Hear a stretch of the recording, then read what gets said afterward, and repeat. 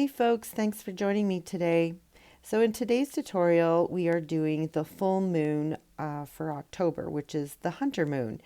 So I've been doing these full moon series all throughout the year, and this is the October full moon, which, like I said, is the Hunter moon.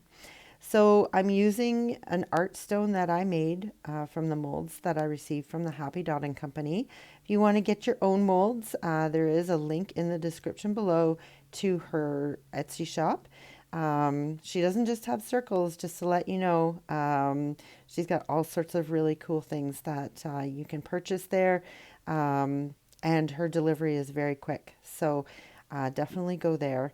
So I painted the rock black, like I do with most of my rocks. It's my base coat. And then I drew some circles on with my General's charcoal pencil and my compass.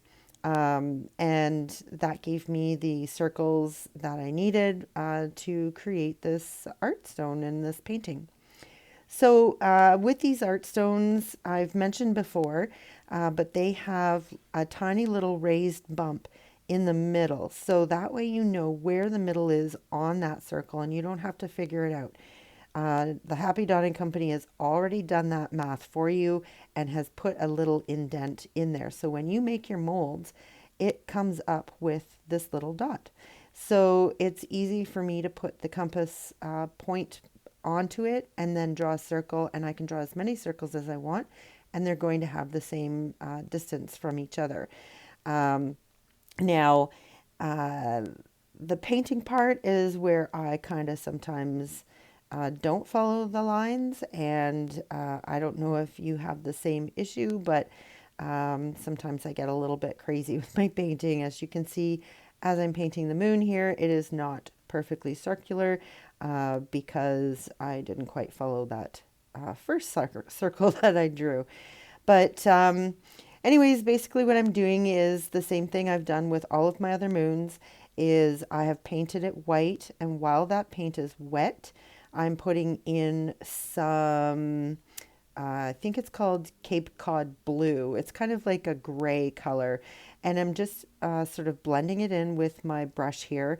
This is not a blending brush. It's just a regular square uh, brush. Um, I didn't get into using my blending brush until a little bit later because I really wanted to get some lights and darks put in there with the way that I can maneuver the paint and manipulate it to resemble sort of like the craters and the low points, you know, all of that kind of thing to make the moon look like the moon. Um, and I just continue to blend the two colors together, adding white, adding some of that Cape Cod blue, just continuing to do it over and over and over again. Um, so that's exactly what I'm doing here. And as you can see, as I continue going on, that outer circle continues to get fuzzier and fuzzier, but that's okay because now I'm using, I think it's called a wedge brush. I'm not 100% sure, but it's tapered so that it's short on one end and long on the other.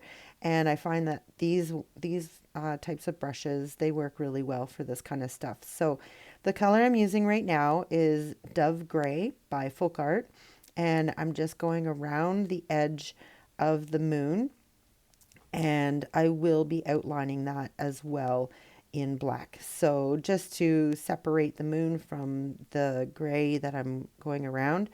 And you'll see why as we continue, or if you already saw the thumbnail at the beginning, um, then you'll already know that this is a scope, like a gun scope, I guess. um, but I just thought that was the best way for me to depict a hunter's moon because a lot of people are out doing their hunting now. Going for deer and moose, at least in my area. I don't know about in your area, but it is definitely hunting season. So a good time to stay out of the bush and stay in my home and just paint away. So that's what I'm doing. So now I'm just doing that thin outline on around the moon. And I'm okay if this is a little bit sort of, we'll call it wonky, because I don't want it to be a perfect circle. Um, I want it to look like there's some darkness of the sky that is around the moon, but still giving that separation of the two. And I'm actually quite happy with how it turned out. Some of it got a little bit thick, so I just went in with my fine lining brush and just sort of thinned out that black line a little bit. But I didn't worry about the inside of the moon. Is that right? The inside of the black line that's on the edge of the moon. I was more concerned about the other side of the line to try to make that a perfect circle. Now, I can't promise you that it is a perfect circle, but by the time it's done, it certainly looks that way. So, um, it took me a little while to figure out what to do with this one because I wasn't quite sure how to do a hunter's moon. Like, um, I didn't want to do anything that was like crazy kind of. I don't want to say like you know what I mean? I didn't want it to be negative. I wanted this to be fun, but still to show that it was a hunter's moon. So I didn't want to, you know, show anybody shooting anything like that. So I thought this was the best way to do it because then you're looking at the moon through the scope, and it could be even a telescope. You're hunting for that man on the moon, or you're hunting for um, the twinkle stars or the asteroids, any of that kind of stuff. So I did an outline, the second outline in Cape Cod blue, mixed in with the dove gray. So that's what gave me this dark gray. And that's what I'm using for the outside of it. And I'm just blending the two together. And now I'm going to outline it with my favorite gold, which is Glorious Gold by DecoArt.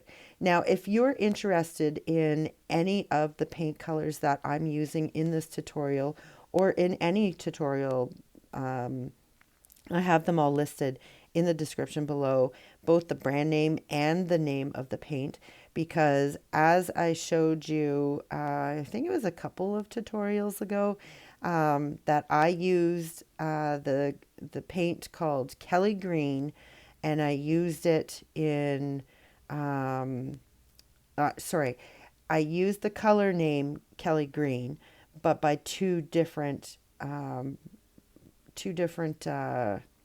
oh, what do you call? I'm having a brain fart, people. I'm sorry. By two different companies that made this, and they both called it Hunter Green. So, or sorry, Kelly Green. So, just be careful with that, and that's why I list the company name as well, or the brand name. Okay, so finished up the gold line around the outside, and then I used my grid lines that were also purchased from the Happy Dotting Company for this particular sized rock. They're silicone, they fit so perfect over top. And I found my center again because I put so much paint on there that little dot had gone away. So I found the center and I put that in, and then I did cross lines. So this is the crosshairs of the scope. And I'm putting them in black. So that's red. That's not black. I'm so sorry, people. I'm just, yeah, it's been a bit of a long day. So, but that's okay. Um, so I looked online for different types of scope views, and I really liked the red one. Now, most of them were black, and I thought, yeah, I could do that, but um, what's the sense in using black when I have all of these colors available to me? So That's what I did. So I'm using red as the crosshairs, and all I did was um, I painted it on, and then I found the middle circle was wrong. So I tried to wipe it off, and it turned my moon pink. So let's start again. So I'm just doing it all over again.